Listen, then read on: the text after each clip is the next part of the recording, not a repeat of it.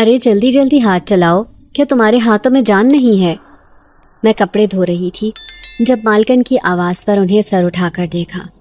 ہاتھ سے کپڑے دھونا بہت ہی مشکل اور وقت طلب کام ہوتا ہے۔ اس سے پہلے میں جس گھر میں کپڑے دھوتی تھی وہاں پر واشنگ مشین بھی موجود تھی، جو کپڑے دھونے کے ساتھ کپڑے سکھانے کا کام بھی کرتی تھی، اور وہاں پر میرا کام بھی جلدی آسانی سے نمٹ جاتا تھا۔ جبکہ اس گھر میں جب سے آئی تھی میرے تو کپڑے دھونے میں ہی آدھا دن گزر جاتا تھا۔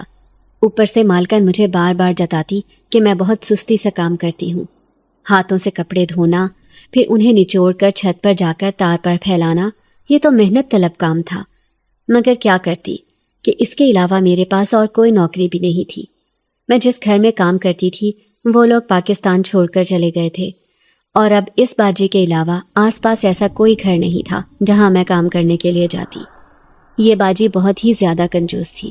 گھر میں سہولت کی ہر چیز موجود تھی، مگر کپڑے دھونے کے لیے وہ واشنگ مشین آن نہیں کرنے دیتی تھی۔ کہتی کہ اس سے بجلی کا بل زیادہ آتا ہے، اور مسالے پیسنے کے لیے بلینڈر کو ہاتھ بھی نہ لگانے دیتی۔ کہتی کہ اس سے ذائقہ ختم ہو جاتا ہے، تم ہاتھ سے مسالے پیسا کرو۔ اور اس میں بھی میرا اچھا خاصا دن گزر جاتا تھا، ساتھ میں تھکن سے بھی برا حال ہو جاتا تھا۔ اور ابھی بھی مارے باندھے میں نے سارے کام نپٹائے۔ اب گھر جاتے ہوئے مجھے مغرب ہو گئی۔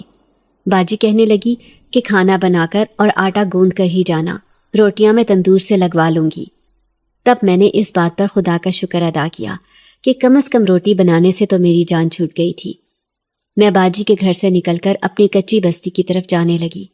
جب میں اس فقیر کی جھونپڑی کے پاس سے گزر رہی تھی تو وہ فقیر اونچی اونچی آواز میں میرا نام پکارنے لگا تھا۔ خدیجہ بیٹی، میری بات سنو۔ میں اس کی آواز سن کر چونک اٹھی۔ پھر جب میں جھونپڑی کے پاس پہنچی تو وہ اپنی جھونپڑی سے باہر نکل آیا۔ مجھے کہنے لگا، بہت جلد تمہاری زندگی بدلنے والی ہے، تم بادشاہت اختیار کرنے والی ہو، تم حکمرانی کرو گی، تمہارے آگے کتنے لوگ ہوں گے کام کرنے کے لیے۔ اس کی بات پر میں کھلکھلا کر ہنس پڑی تھی۔ فقیر بابا کتنے ٹائم سے یہاں پر رہ رہا تھا، اور اکثر ہی وہ ایسی ہی اونگی بونگی باتیں کرتا تھا۔ اس کی باتوں کو کبھی کسی نے سنجیدگی سے نہیں لیا تھا، کیونکہ سب کا یہی ماننا تھا کہ فقیر بابا کا ذہنی توازن کام نہیں کرتا۔ وہ کوئی کام کاج نہیں کرتے تھے، پورا دن اپنی جھونپڑی میں بیٹھے رہتے تھے، عبادت کرتے رہتے، یا پھر کتنے کتنے دن تک وہاں سے غائب ہو جاتے۔ ان کے جانے کا کسی کو کچھ پتہ نہ چلتا تھا۔ جب واپس آتے تو گاؤں کے لوگ انہیں وقت پر کھانا دیتے، مگر حیرت کی بات یہ تھی کہ جب وہ لوگ دوبارہ وہاں پر برتن اٹھانے جاتے تو کھانا جوں کا توں موجود ہوتا۔ نہ جانے فقیر بابا اپنی بھوک کیسے مٹاتا تھا۔ فقیر بابا کی دعائیں بھی قبول ہوتی تھیں۔ اکثر لوگ دور دور سے ان سے دعائیں کروانے کے لیے آتے۔ مجھے بھی وہ اکثر دعائیں دیتے تھے، کیونکہ میں ان کی جھونپڑی صاف کر دیتی تھی، ان کے مٹکے میں پانی بھی ڈال دیتی تھی۔ مگر آج جو انہوں نے مجھے بات کہی تھی وہ میں سن کر ہنس پڑی تھی۔ گھر آئی تو گھر میں بھی ڈھیروں کام تھے جو میرے منتظر تھے۔ یہ دیکھ کر میرا دل بہت خراب ہوا۔ ایک تو سارا دن میں باجی کے گھر میں کام کرتی، پھر گھر آتی تو دونوں بہنوں میں سے کسی نے کام کو ہاتھ نہیں لگایا ہوتا تھا۔ اماں تو بیمار تھی، بستر کی ہو کر رہ گئی تھی۔ وہ زیادہ کام کاج کرتی تو ان کی ہڈیاں درد کرنے لگتی تھی۔ مگر یہ دونوں بہنیں، یہ تو جوان جہان تھیں۔ میں جب ان کے کمرے میں آئی تو وہ مجھے دیکھ کر کہنے لگی کہ ہمارا ٹیسٹ تھا، ہم اس کی تیاری کر رہے تھے، اس لیے گھر کا کام نہیں کیا۔ تب میں کچھ کہے بغیر خاموشی سے کچن میں آ گئی تھی۔ سب سے پہلے اماں کے لیے دلیا بنایا اور پھر باقی کام نپٹائے۔ اس کے بعد تھک ہار کر میں اپنے بستر پر لیٹی تو میری آنکھوں سے آنسو بہنے لگے تھے۔ کیسی مشقت بھری زندگی تھی میری، کیسے جی رہی تھی میں زندگی۔ میں زندگی گزار نہیں رہی تھی، بلکہ کوئی سزا کاٹ رہی تھی جیسے۔ سارا دن کاموں کا لامتناہی سلسلہ شروع ہو جاتا۔ شام کو تھوڑے سے پیسے ہاتھ میں آتے جو کہ گھر کی ضروریات پر خرچ ہو جاتے تھے۔ اوپر سے میری دونوں بہنیں ذرا سا بھی کسی کام میں ہاتھ نہیں بٹاتی تھی۔ اگلے دن پھر سے میری وہی روٹین شروع ہو گئی۔ آج پھر جب میں تھک ہار کر فقیر بابا کی جھونپڑی کے پاس سے گزرنے لگی تو آج پھر وہ مجھے کہنے لگے، تمہاری زندگی جلد ہی بدلنے والی ہے، تم جلد ہی حکمرانی کرو گی۔ نہ جانے کیوں اس کی یہ بات سن کر مجھے پھر سے ہنسی آ گئی تھی۔ اس دن مجھے مغرب کی اذانیں باجی کے گھر میں ہی ہو گئی تھی۔ موسم بھی ابر آلود ہو رہا تھا۔ میں نے باجی سے کہا کہ گھر جاتے ہوئے مجھے دیر ہو جائے گی، اماں بیمار ہیں، وہ فکر کرتی ہیں، پریشان ہوں گی۔ جب تک میں گھر نہیں جاتی تو طرح طرح کی سوچیں ان کے ذہن میں آتی رہیں گی۔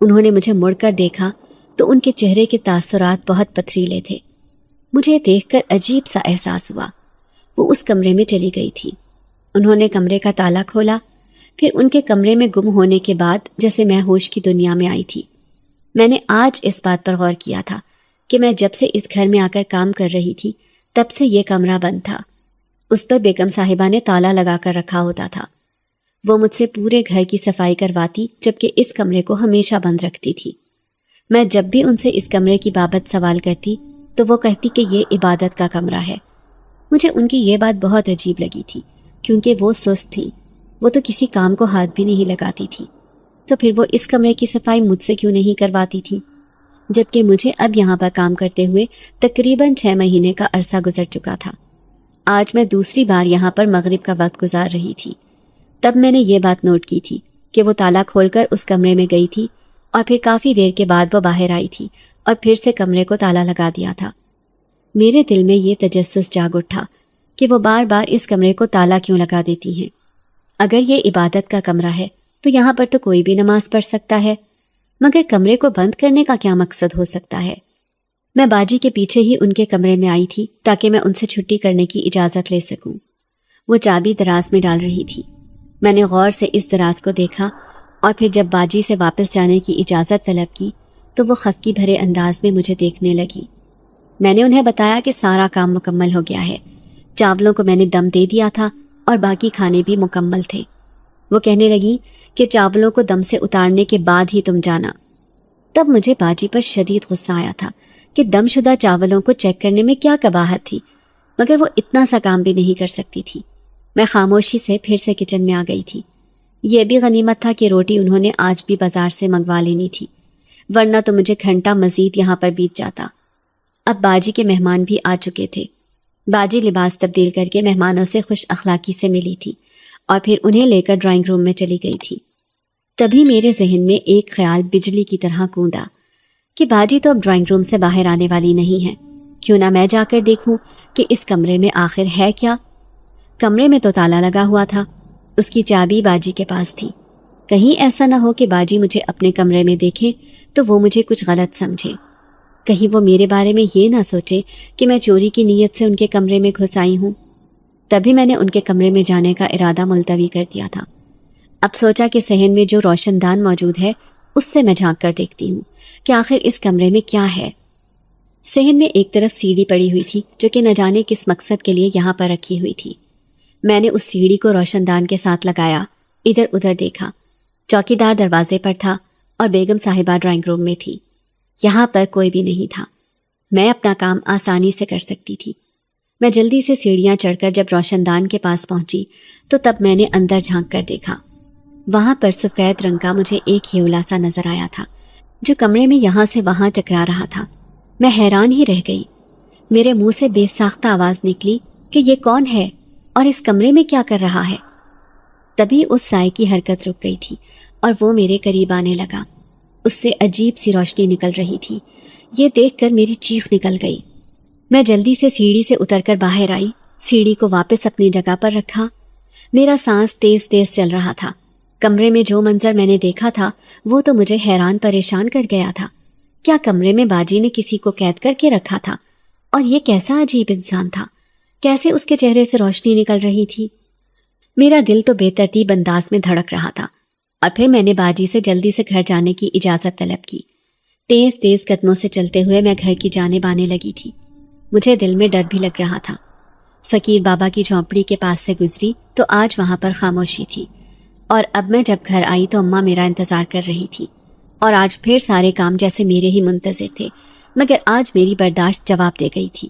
میں دونوں بہنوں پر غصے سے دھاڑنے لگی کہ یہ کیا بدتمیزی ہے، تم لوگوں کو چاہیے کہ میرا ذرا سا احساس کرو، ایک ذرا سا کام نہیں کر سکتی تم لوگ؟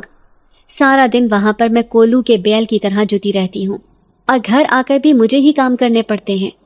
کیا تم دونوں اتنا سا بھی مجھے آرام نہیں پہنچا سکتی؟ نہ چاہتے ہوئے میرا لہجہ تلخ ہو گیا تھا۔ تب میری دونوں بہنیں رونے لگی تھی کہ جب تک ابو زندہ تھے تب تک ہمیں کسی نے اونچی آواز میں ڈانٹا تک نہیں تھا، جب سے ابو فوت ہوئے ہیں تب سے آپ ذرا ذرا سی بات پر ہمیں ڈانٹتی ہیں۔ آپ ہمیں کھلاتی ہیں تبھی آپ ہم پر احسان جتاتی ہیں۔ کاش کہ ابو زندہ ہوتے تو ہم آپ کا احسان کبھی نہ لیتے۔ میں حیرت سے ان کی باتوں کو سنے جا رہی تھی۔ امی کے پاس آئی تو وہ بھی دوسری طرف منہ موڑ گئی۔ مجھے تم سے یہ امید نہیں تھی خدیجہ، تم میری بیٹیوں کو رلاؤ گی؟ یہ تمہاری چھوٹی بہنیں ہیں، ان کے ساتھ پیار سے پیش آنا چاہیے تھا۔ میں نہیں سمجھتی تھی کہ تم کبھی بھی ان کی آنکھوں میں آنسو لاؤ گی۔ اگر ذرا سا کام کر لیتی ہو تو احسان کیوں جتا رہی ہو میری بچیوں پر؟ ہم تمہارے محتاج ہو گئے ہیں، تم ہمیں باتیں سنا سکتی ہو۔ میرا دل بہت برا ہو گیا تھا، دل پر جیسے ایک دم اتنا بوجھ آن پڑا تھا۔ میں بمشکل آنسو پیتی وہاں سے ہٹی اور پھر اپنی چارپائی پر بیٹھ کر میں پھوٹ پھوٹ کر رو پڑی تھی۔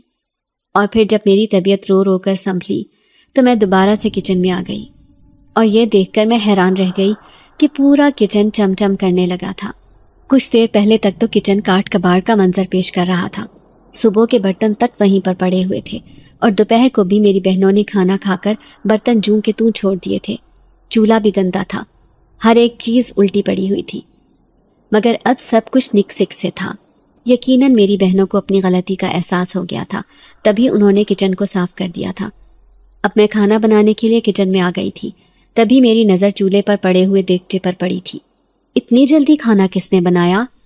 میں نے جب ڈھکن اٹھا کر دیکھا تو تازہ تازہ بنے ہوئے مرغے کی خوشبو نے میرا استقبال کیا تھا۔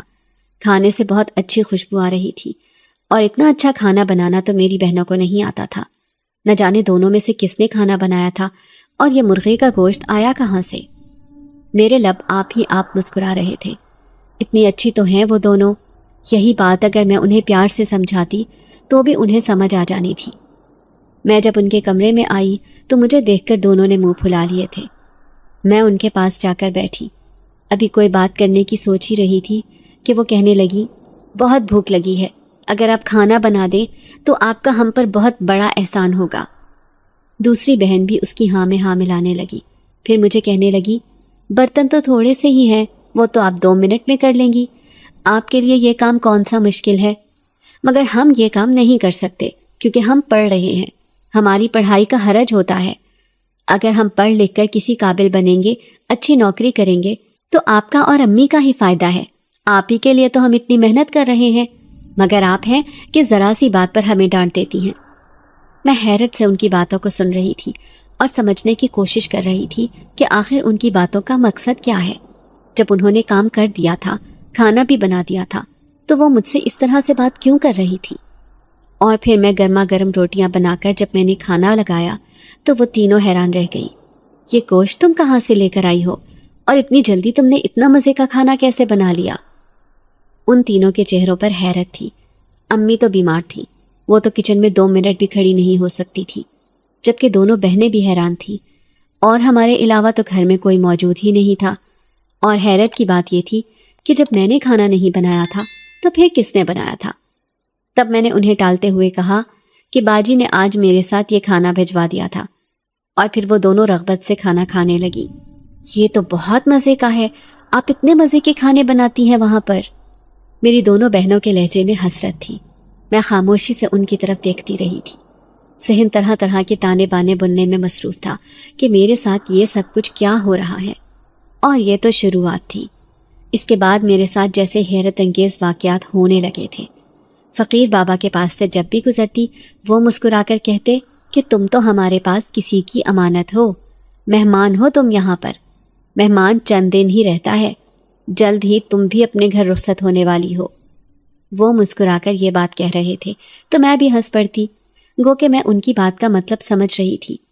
ان کے کہنے کا مطلب تھا کہ جلد ہی میری شادی ہونے والی ہے، مگر میری شادی اتنی جلدی کیسے ہو سکتی تھی؟ میرے دل سے جیسے ہوک سی اٹھی تھی۔ گھر میں کمانے والا تو کوئی بھی نہیں تھا، اماں نے تو میری شادی کے بارے میں کبھی ذکر تک نہیں کیا تھا۔ یقیناً ان کا اگلے کئی سال تک ایسا کوئی ارادہ تھا ہی نہیں۔ میں ان کی باتوں کو نظر انداز کر کے اپنے کام پر جاتی اور وہاں سے گھر آتی۔ جب بھی کبھی ان کے مہمان گھر پر آتے تو مجھے دیر تک وہاں پر رکنا پڑتا تھا۔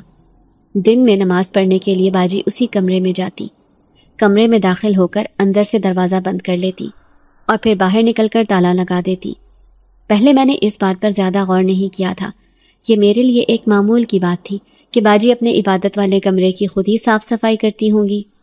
مگر اب جب میں نے اس کے اندر وہ سفید کپڑوں میں ایک انسانی شکل کا ہیولا دیکھا تھا جس کے چہرے سے گویا روشنی پھوٹ رہی تھی، اور باجی کا سفید لباس میں اہتمام سے کمرے میں جانا اور پھر اس کو اتنی احتیاط سے تالا لگانا، آخر وہ یہ ساری احتیاط کیوں کر رہی تھی؟ کون تھا اس کمرے کے اندر جسے انہوں نے قید کر کے رکھا ہوا تھا؟ باجی کے شوہر بیرون ملک ہوتے تھے، ان کی 2 بیٹیاں تھیں، ایک شادی شدہ تھی جبکہ چھوٹی کسی کالج میں پڑھتی تھی۔ گھر پہ ہوتے ہوئے بھی وہ نظر نہیں آتی تھی کیونکہ وہ زیادہ تر وقت اپنے کمرے میں گزارتی تھی یا پھر گھر سے باہر اپنی سہیلیوں کے ساتھ۔ میں نے تو آتے جاتے ہی محض اسے دیکھا تھا۔ دن بدن میرے دل میں یہ تجسس جاگ رہا تھا کہ میں اس کمرے میں جھانک کر دیکھوں، ایک بار اندر جاؤں اور وہاں پر جو بھی ہے اس سے پوچھوں کہ وہ اس کمرے میں کیوں کر قید ہے اور باجی نے اسے وہاں کیوں رکھا ہے۔ اگر وہ مظلوم ہے تو اس کی مدد کروں، اسے رہا کروں، مگر ایسا موقع ہی نہیں آتا تھا۔ باجی ہر وقت گھر میں ہوتی تھی، میں جب بھی اس کمرے کے پاس جانے لگتی تو فوراً سے مجھے آواز دے دیتی اور ٹوک دیتی، خدیجہ اس کمرے کے پاس کیا کر رہی ہو؟ جلدی سے کام نپٹاؤ جو کرنے والے ہیں، پھر تم نے شور مچا دینا ہے کہ مجھے دیر ہو رہی ہے، میں نے گھر جانا ہے۔ اور میں ان کی بات پر خاموشی سے واپس پلٹ آتی تھی۔ دوبارہ مجھے روشن دان سے جھانک کر بھی اندر دیکھنے کی مہلت نہیں ملی تھی کیونکہ باجی تو جیسے مجھ پر ہی نظر رکھتی تھی۔ نہ جانے کیسے انہیں یہ شک ہو گیا تھا کہ میں اس کمرے میں جانے کی خواہش رکھتی ہوں، تبھی تو ان کی عقابی نظریں میرا طواف کرنے لگی تھی۔ اس دن پھر جب باجی کے کچھ مہمان آئے تو باجی آج بہت ہی زیادہ پرجوش تھی۔ کہنے لگی کہ یہ میرے دور کے ماموں ہیں جو آج ہمارے گھر میں آ رہے ہیں۔ وہ بچپن سے ہی روحانیت سے گہرا تعلق رکھتے ہیں، میں نے بھی ان سے بہت کچھ سیکھا ہے اور آج بھی میں ان سے کچھ خاص سیکھنے جا رہی ہوں۔ ان کی آنکھوں میں چمک تھی۔ پہلی بار باجی نے مجھ سے اس قسم کی بات کی تھی۔ آپ کو بھی روحانیت سے شغف ہے؟ میں نے سوال پوچھا تو وہ عجیب سے انداز میں مسکرائیں، کہنے لگی ہاں، بچپن سے ہی مجھے غیر مرئی مخلوقات میں اور اندیکھی دنیا میں، اندیکھے وجودوں میں بہت دلچسپی ہے۔ خیر تم یہ نہیں سمجھو گی کیونکہ تمہارا کبھی ان چیزوں سے واسطہ جو نہیں پڑا۔ اور یہ بات تو سچ تھی، باجی کی باتیں میرے سر کے اوپر سے گزر رہی تھی۔ میں اس موضوع پر بوریت محسوس کر رہی تھی۔ میں نے شکر کیا کہ باجی نے اس موضوع پر بات کرنے کا سلسلہ روک دیا۔ مجھے اندازہ تھا کہ آج بھی مجھے مغرب اسی گھر میں ہی ہو جائے گی، اور میرا اندازہ کچھ غلط بھی نہیں تھا۔ باجی کے ماموں مغرب کے وقت ہی گھر میں داخل ہوئے تھے، پھر باجی انہیں لے کر ڈرائنگ روم میں چلی گئی تھی۔ تبھی میری نظر اس کمرے پر پڑی تھی جہاں پر باجی ہمیشہ تالا لگا کے رکھتی تھی، مگر اس وقت خالی تالا دروازے کے ساتھ لٹک رہا تھا۔ جلدی جلدی میں باجی نے دروازے پر تالا نہیں لگایا تھا۔ میرے وجود میں عجیب سی سنسنی کی لہر دوڑ گئی تھی۔ بار بار دل چاہ رہا تھا کہ اسی کمرے میں جاؤں۔ ایسے لگ رہا تھا کوئی اندیکھا وجود مجھے اپنی طرف کھینچ رہا ہو، اپنی طرف بلا رہا ہو۔ میں نے ایک نظر ڈرائنگ روم کی طرف دیکھا جہاں پر باجی اپنے ماموں کے ساتھ سرگوشیوں میں باتیں کر رہی تھی، اور پھر ایک نظر میں نے دروازے پر ڈالی۔ چوکی دار بھی اس وقت باہر کسی کام سے گیا ہوا تھا۔ اس کا مطلب میرے لیے مطلع صاف تھا، میں اس کمرے میں جانا چاہتی تو آسانی سے جا سکتی تھی۔ اور پھر میں نے بھی زیادہ دیر نہیں کی، آہستگی سے چلتے ہوئے میں اس کمرے کے پاس آئی تھی۔ آہستگی سے دروازے کی کنڈی کھولی، پھر جب اندر داخل ہوئی تو ایک خوشگوار مہک نے میرا استقبال کیا تھا۔ یہ بہت ہی زیادہ خوشگوار خوشبو تھی جو میرے نتنوں کے ذریعے سے گویا میرے پورے وجود میں تحلیل ہو گئی تھی۔ میں نے کمرے میں لائٹ آن کی تو صاف شفاف کمرہ میرے سامنے تھا۔ اس دن جو میں نے کمرے میں وجود دیکھا تھا اس کا کہیں شائبہ تک نہیں تھا۔ اچانک سے مجھے ایک زوردار جھٹکا لگا۔ مجھے ایسے لگا جیسے میں کسی گرم تندور میں آ گئی ہوں۔ ایک دم میرا پورا وجود جلنے لگا تھا، میری گھبراہٹ میں اضافہ ہو رہا تھا۔ میں نے جلدی سے لائٹ آف کی، کمرے کو بند کر کے اسی طرح سے تالا لگا کر میں باہر آ گئی تھی۔ مجھے ایسے لگ رہا تھا جیسے میں اس جلن کی وجہ سے مر جاؤں گی۔ اچانک سے ہی میرا پورا وجود جیسے بخار میں تڑپنے لگا تھا، ماتھے پر پسینے کے قطرے جھلملانے لگے تھے۔ ٹھنڈی ہوا میں آ کر بھی میری طبیعت بحال نہیں ہوئی تھی، اور پھر اچانک سے میرا جسم نارمل ہو گیا تھا۔ تھوڑی دیر پہلے کا جو احساس تھا وہ بالکل ختم ہو گیا تھا۔ اب میں گہرے گہرے سانس لے کر اپنے آپ کو نارمل کر رہی تھی۔ کافی دیر بعد جا کر میری طبیعت بحال ہوئی تھی۔ کچن میں آئی تو کھانا تقریباً تیار ہو چکا تھا، اور پھر باجی سے اجازت لے کر میں گھر سے باہر آ گئی تھی۔ باجی نے بھی کسی بات پر زیادہ اصرار نہیں کیا۔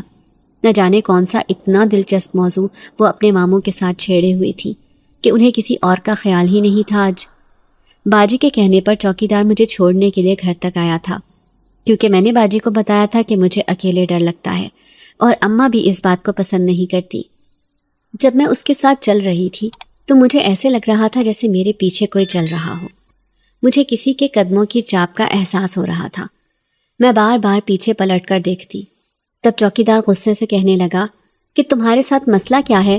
تیز تیز چلتی جاؤ، مجھے واپس بھی جانا ہے۔ اور یوں میں خاموشی سے چلنے لگی تھی۔ گھر آئی تو آج خلاف معمول دونوں بہنیں کچن میں موجود تھیں۔ شاید انہیں اماں نے اس بات کا احساس دلایا تھا یا انہیں خود ہی احساس ہو گیا تھا۔ مجھے دیکھ کر کہنے لگی، باجی تم تھک گئی ہوگی، جا کے آرام کرو، ہم تمہارے کمرے میں ہی کھانا لے آئیں گے۔ اور میں خوش باش سی اپنے کمرے میں آ کر لیٹ گئی تھی۔ پھر تھوڑی دیر کے بعد ہی وہ دال کا سالن لے کر میرے پاس آ گئی۔ میں خوش تھی کہ آج گھر آ کر مجھے کام نہیں کرنا پڑا، مگر جب میں نے دال کا پہلا ہی نوالا لیا تو میرا حلق تک کڑوا ہو گیا تھا، کیونکہ دال بہت ہی بدمزہ تھی، جبکہ میرے ہاتھ میں اتنا ذائقہ تھا کہ میں سادی دال بھی بناتی تو سب لوگ انگلیاں چاٹتے رہ جاتے تھے۔ میں نے خاموشی سے چند لقمے زہر مار کیے، پھر باقی کا کھانا کچن میں جا کر رکھ دیا تھا۔ مجھے سخت بھوک لگی ہوئی تھی، مگر اس کے باوجود بھی میں یہ کھانا کھائے بغیر ہی بستر پر آ کر لیٹ گئی تھی۔ بار بار سوچ رہی تھی کہ باورچی خانے میں جا کر اپنے لیے کچھ بنا ہی لوں یا یہی دال کھا کر اپنا پیٹ بھر لوں، کیونکہ آج دن بھر میں نے کچھ بھی نہیں کھایا تھا۔ میری باجی اتنی کنجوس تھی کہ پورا دن کام میں لگائے رکھتی، مگر کھانے کے نام پر محض ایک روٹی ہی مجھے دیتی تھی، اور آج تو میں نے وہ ایک روٹی بھی نہیں کھائی تھی، کیونکہ آج مجھے فرصت ہی نہیں ملی کہ میں کچھ کھا سکوں۔ اب جب مجھے زوروں کی بھوک لگ رہی تھی تو میرا کچھ کھانے کو دل ہی نہیں جا رہا تھا۔ تبھی میرے نتنوں سے کھانے کی خوشگوار خوشبو ٹکرائی۔ پہلے تو میں اس بات کو نظر انداز کرتی رہی، مگر جب خوشبو کے احساس کو نظر انداز کرنا میرے لیے ممکن نہیں رہا تو میں اپنے بستر پر اٹھ کر بیٹھ گئی تھی۔ لائٹ آن کر کے دیکھا کہ آخر دیکھوں تو صحیح کہ یہ مزیدار مہک کہاں سے آ رہی ہے۔ تب میں نے دیکھا کہ میری سائڈ ٹیبل پر بریانی کی ایک پلیٹ پڑی ہوئی تھی، اور یہ مزیدار خوشبو اسی بریانی کی تھی۔ میں تو حیران ہی رہ گئی کہ یہ یہاں پر کیسے آئی ہے۔ بے اختیار میں اس سے اپنی بھوک مٹانے لگی تھی۔ پھر جب میری بھوک مٹ چکی تو تب مجھے احساس ہوا کہ آخر میرے پاس یہ کہاں سے آئی، کون تھا جو یہ یہاں پر رکھ کر گیا تھا۔ میں نے اس پلیٹ کو غور سے دیکھا۔ یہ ہمارے گھر کا برتن تو نہیں تھا، یہ تو بہت ہی قیمتی تھا، اور غور سے دیکھنے پر مجھے معلوم ہوا کہ وہ تو سنہری رنگ کی ایک پلیٹ تھی جیسے سونے سے بنائی گئی ہو، اور چمچ چاندی کی بنی ہوئی تھی۔ میں ہکا بکا ہو کر ان دونوں چیزوں کو دیکھ رہی تھی، اور اگلا منظر تو نہایت ہی زیادہ حیران کن تھا۔ دیکھتے ہی دیکھتے وہ دونوں چیزیں میرے ہاتھ سے غائب ہو گئیں۔ میں اپنی جگہ سے اچھل کر کھڑی ہو گئی۔ یہ کیا ہو رہا تھا؟ یہ سب اچانک سے کیسے غائب ہو گیا؟ کہیں میں کوئی خواب تو نہیں دیکھ رہی؟ میں نے اپنی آنکھوں کو مسل کر دیکھا، مگر یہ خواب نہیں بلکہ حقیقت تھی۔ تبھی میرے ذہن پر غنودگی چھا گئی تھی۔ میں گہری نیند سو گئی، اور پھر صبح دروازہ کھٹکھٹانے پر ہی میری آنکھ کھلی تھی۔ میری بہن دروازے پر تھی اور مجھے ناشتہ بنانے کو کہہ رہی تھی، کیونکہ ان لوگوں کو کالج سے دیر ہو رہی تھی۔ اور پھر کام کے دوران بھی مسلسل میرا ذہن رات والے واقعے کی طرف گھوم رہا تھا۔ کیا میں نے سچ مچ خواب دیکھا تھا یا وہ حقیقت تھی؟ یقیناً یہ خواب ہی ہوگا، ورنہ حقیقت میں ایسا کیسے ہو سکتا ہے؟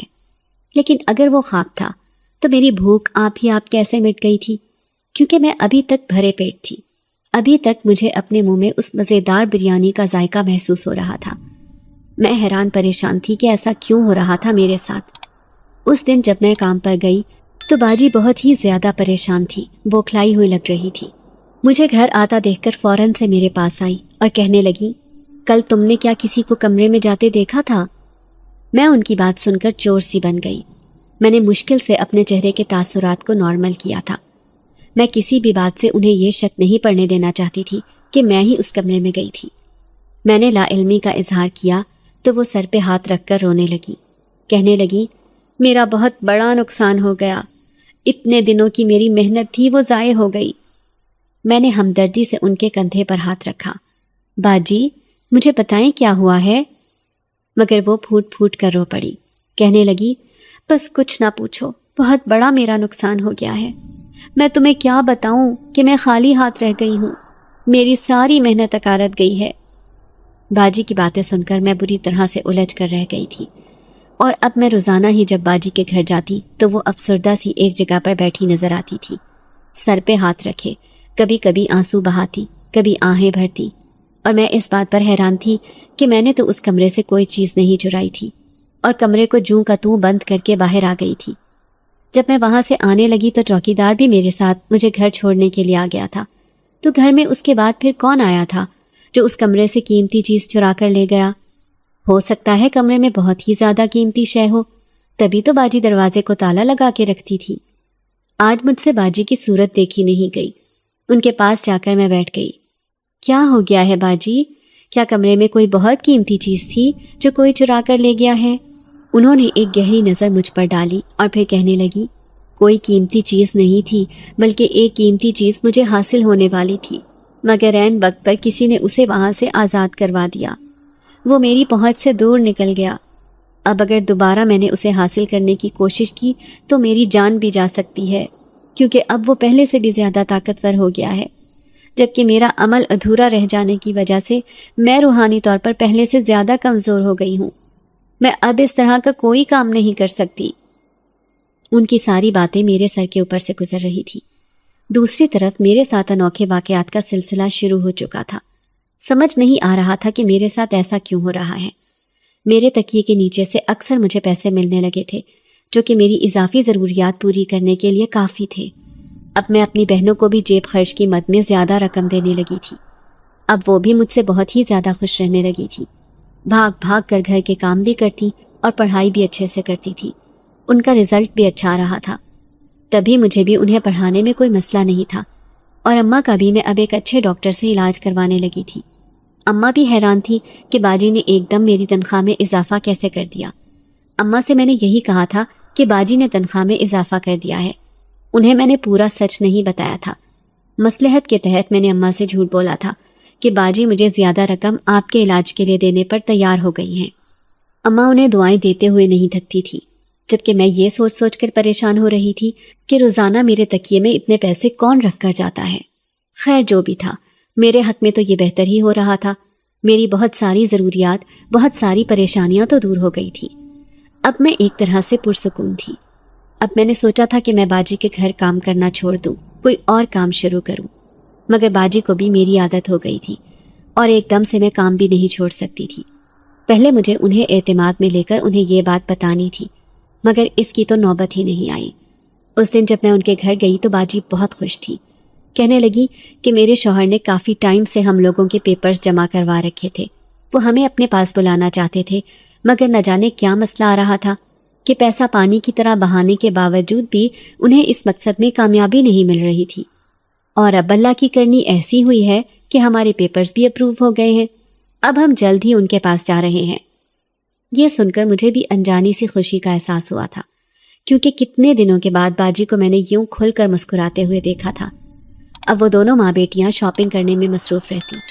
ہر وقت گھر میں لوگوں کے آنے جانے کا سلسلہ لگا رہتا تھا، کیونکہ وہ دونوں ہمیشہ کے لیے ہی باہر شفٹ ہو رہی تھی، پھر کبھی کبھار ہی وہ پاکستان میں آ سکتی تھی۔ ایک اور بات جو میرے لیے نہایت حیران کن تھی وہ یہ تھی کہ عبادت والا کمرہ اب ہر وقت کھلا رہتا تھا۔ میں نے جب باجی سے اس بارے میں سوال کیا تو وہ افسردہ ہو کر کہنے لگی، اس میں جو قیمتی چیز تھی وہ تو مجھ سے کھو گئی، اب اسے میں نے بند کر کے کیا کرنا ہے۔ تب میں ان کی بات سن کر بالکل خاموش ہو گئی تھی۔ اس دن پھر باجی ہمیشہ کے لیے بیرون ملک چلی گئی تھی۔ اب میرے پاس بھی اتنے پیسے تھے کہ میں کوئی چھوٹا موٹا کام کر سکتی تھی۔ اس دن میں جب گھر آ رہی تھی تو اچانک سے مجھے ایک زوردار جھٹکا لگا تھا۔ میرے قدم اپنی جگہ سے اٹھنے لگے تھے، میری آنکھیں خود بخود بند ہو گئی تھی، میری آنکھوں کے سامنے اندھیرا چھانے لگا تھا۔ اب جب میری آنکھ کھلی تو میں حیران پریشان رہ گئی۔ میں تو فقیر بابا کی جھونپڑی کے پاس تھی، مگر اب میں ایک اجنبی جگہ پر تھی۔ یہ بہت خوبصورت گھر تھا۔ میرے آس پاس بہت ساری لڑکیاں تھیں، جن میں کچھ مرد بھی تھے، اور ایک مرد سامنے بڑے سے صوفے پر براجمان تھا، جو اشتیاق بھری نظروں سے مجھے دیکھ رہا تھا۔ میں حیرت سے یہ سب دیکھے جا رہی تھی۔ مجھے کچھ سمجھ میں نہیں آ رہا تھا یہ کیا ہو رہا ہے۔ مجھے اب ڈر بھی لگنے لگا تھا کہ میں اچانک سے وہاں اس روڈ سے یہاں پر کیسے آ گئی تھی۔ تبھی وہ شخص صوفے پر سے اٹھا اور میرے پاس آ کر کھڑا ہو گیا اور مجھے غور سے دیکھنے لگا۔ میں نے ایک نظر اسے دیکھا تو اس کے چہرے سے گویا روشنی پھوٹ رہی تھی۔ بہت حسین چہرہ تھا۔ میں اسے دیکھ کر نظریں جھکا گئی تھی۔ تب اس کی خوبصورت سی آواز میرے کانوں میں گونجی تھی۔ آج میرے جنات نے پہلی بار اتنے اچھے طریقے سے میرے حکم کی تعمیل کی ہے۔ اس کی بات پر میں نے چونک کر سر اٹھایا تھا۔ تب پھر سے وہ مجھے دیکھ کر مسکرا دیا۔ کہنے لگا، تم سے ملنے کا، تمہیں اپنی دنیا میں اتنے قریب سے دیکھنے کا اشتیاق ہو رہا تھا۔ تبھی میں نے اپنے جنات کو کہا کہ خدیجہ کو لے کر یہاں پر آ جاؤ، میں اس کے ساتھ چند باتیں کرنا چاہتا ہوں۔ وہ میرا ہاتھ پکڑ کر مجھے اپنے ساتھ لے کر صوفے پر بیٹھ گیا تھا۔ اب وہاں پر ہم دونوں کے علاوہ کوئی بھی نہیں تھا۔ میرا پورا وجود گویا زلزلوں کی زد میں تھا۔ خوف سے دل کانپ رہا تھا اور شاید میرے چہرے کے تاثرات سے لگ بھی رہا تھا کہ میں ڈر رہی ہوں۔ تبھی اس کی آواز میرے کانوں میں گونجی کہ تمہیں ڈرنے کی کوئی ضرورت نہیں ہے، میں تمہیں کوئی نقصان نہیں پہنچانے والا، بلکہ میں تمہاری رائے لینے کے لیے تمہیں یہاں پر بلایا ہے تاکہ ساری حقیقت، ساری سچائی تمہارے سامنے رکھ کر تمہاری مرضی سے کوئی فیصلہ کر سکوں۔ اس کی ساری باتیں میرے سر کے اوپر سے گزر رہی تھی۔ کچھ سمجھ نہیں آ رہا تھا کہ وہ کیا کہنا چاہ رہا ہے۔ اور پھر اس نے مجھے جو کچھ بتایا اس کا خلاصہ کچھ یوں تھا کہ وہ ایک جن زادہ تھا، شہنشاہ جنات کا بیٹا تھا، بہت ہی زیادہ طاقتور، اکثر انسانی دنیا میں بھی آتا جاتا رہتا تھا اور انسانوں کی مدد بھی کرتا تھا۔ میری باجی جن کے گھر میں کام کرنے کے لیے جاتی تھی، انہیں روحانیت سے شغف تھا اور عملیات بھی کرتی تھی۔ ایک دن انہوں نے شہنشاہ جنات کو دیکھا۔ ان کے دل میں یہ لالچ پیدا ہو گیا کہ وہ کیوں نہ شہنشاہ جنات کو قابو میں کرنے کی کوشش کرے۔ انہوں نے اپنے ماموں سے اس سلسلے میں مدد لی تھی۔ ان کے ماموں نے ہی انہیں ایک عمل بتایا تھا اور وہ عمل کرنے سے شہنشاہ جنات ان کے پاس ان کے عبادت والے کمرے میں آ گیا تھا۔ پھر مدد کے نام پر دھوکے سے انہوں نے شہنشاہ جنات کو اسی کمرے میں قید کر لیا تھا۔ شہنشاہ جنات کو کچھ سمجھ نہیں آ رہی تھی کہ وہ وہاں سے کیسے باہر نکلے۔ وہ سخت پریشان تھے۔ وہاں سے نکلنے کا ایک ہی طریقہ تھا کہ وہ کسی اور کے وجود میں حلول کر سکے اور پھر اس کے ساتھ کمرے سے باہر نکل سکے، جبکہ باجی تو اپنا حصار قائم کیے رکھتی تھی، جس کی وجہ سے اس شہنشاہ جنات کو کوئی چھو بھی نہیں سکتا تھا۔ یوں وہ سخت پریشان تھا کہ وہ وہاں سے کیسے باہر نکلے۔ اس دن میں نے شہنشاہ جنات کو ہی کمرے میں دیکھا تھا۔ جس دن باجی کے عمل کا آخری دن تھا، جس دن شہنشاہ جنات نے ان کے قابو میں آ جانا تھا، اسی دن ان کے ماموں بھی وہاں پر آئے ہوئے تھے تاکہ وہ اس سلسلے میں ان کی مدد کر سکیں۔ غلطی سے باجی کمرے کا تالا لگانا بھول گئی۔ جب میں کمرے میں داخل ہوئی اور میرے ذریعے سے پھر شہنشاہ جنات میرے وجود پر قابض ہو کر میرے ساتھ ہی کمرے سے نکل کر باہر آ گیا تھا، اور پھر یوں میری وجہ سے وہ آزاد ہو گیا تھا۔ اب وہ چاہتا تھا کہ میں اس کے ساتھ شادی کروں اور ہمیشہ کے لیے اس دنیا میں آ کر آباد ہو جاؤں، مگر یہ سن کر ہی میں حیران پریشان رہ گئی کہ میں کسی جن کے ساتھ کیسے شادی کر سکتی تھی۔ یہ ناممکن تھا۔ مجھ پر تو بہت ساری ذمہ داریاں بھی تھیں۔ میری اماں بیمار رہتی تھی، میری دونوں چھوٹی بہنیں پڑھ رہی تھیں، ایسے میں شادی رچا کر کیسے بیٹھ سکتی تھی؟ تب وہ مسکرا کر کہنے لگا کہ میں ساری زندگی تمہارا انتظار کر سکتا ہوں، تم نے جتنا وقت لینا ہے لے لو، مگر شادی تمہاری مجھ سے ہی ہوگی، تم اب کسی انسان سے شادی نہیں کر سکتی۔ میں نے ایک گہری نظر اس پر ڈالی، پھر مطمئن ہو کر مسکرا دی تھی۔ اس نے مجھے اسی طرح سے میرے گھر میں پہنچا دیا تھا۔ اب حالات ایک لخت ہی بدل گئے تھے۔ میں نے بریانی کے چھوٹے سے ڈھابے سے کام شروع کیا تھا۔ ایک لڑکا اپنی مدد کے لیے رکھا تھا۔ دیکھتے ہی دیکھتے میرا کاروبار ترقی کرنے لگا تھا، جو ایک ریسٹورانٹ میں تبدیل ہو گیا تھا۔ اب مجھے وہاں پر بیٹھ کر کام کرنے کی ضرورت نہیں تھی، بلکہ میں گھر میں ہی موجود ہوتی، کسی وقت اپنے ریسٹورانٹ میں جاتی۔ اب میرے سارے ملازم ہی میرے کام کو سنبھالنے لگے تھے۔ اماں بھی اب اچھے علاج معالجے اور اچھی خوراک سے صحت یاب ہو گئی تھی۔ چھوٹی دونوں بہنوں کی بھی تعلیم مکمل ہو گئی تھی، اور تب اماں نے میرے سامنے اس خواہش کا اظہار کیا کہ وہ اپنی زندگی میں اپنے فرائض سے سبکدوش ہونا چاہتی ہیں۔ میں نے اماں کی خواہش کا احترام کیا تھا۔ انہیں یہ بات نہیں جتائی تھی کہ میں بہنوں میں بڑی ہوں، پہلے مجھے میرے گھر بار کا کرو۔ میں نے اماں کی بات مان کر دونوں بہنوں کی اچھے گھرانے میں شادی کر دی تھی، اور اب اماں چاہتی تھی کہ میں بھی اپنے گھر بار کی ہو جاؤں، مگر میں تو شہنشاہ جنات کے ساتھ وعدے میں جکڑی ہوئی تھی۔ میں کسی انسان سے شادی نہیں کر سکتی تھی، اور شہنشاہ جنات سے شادی کرنے کے لیے مجھے اماں کو اس چیز کے لیے منانا تھا، جو کہ ایک مشکل مرحلہ تھا۔ مگر مجھے یقین تھا کہ میں اماں کو منا سکتی تھی، گو کہ وہ اتنی آسانی سے میری کسی جن کے ساتھ شادی کرنے پر، مجھے خود سے دور دوسری دنیا میں بھیجنے پر شاید اتنی آسانی سے رضامند نہ ہو۔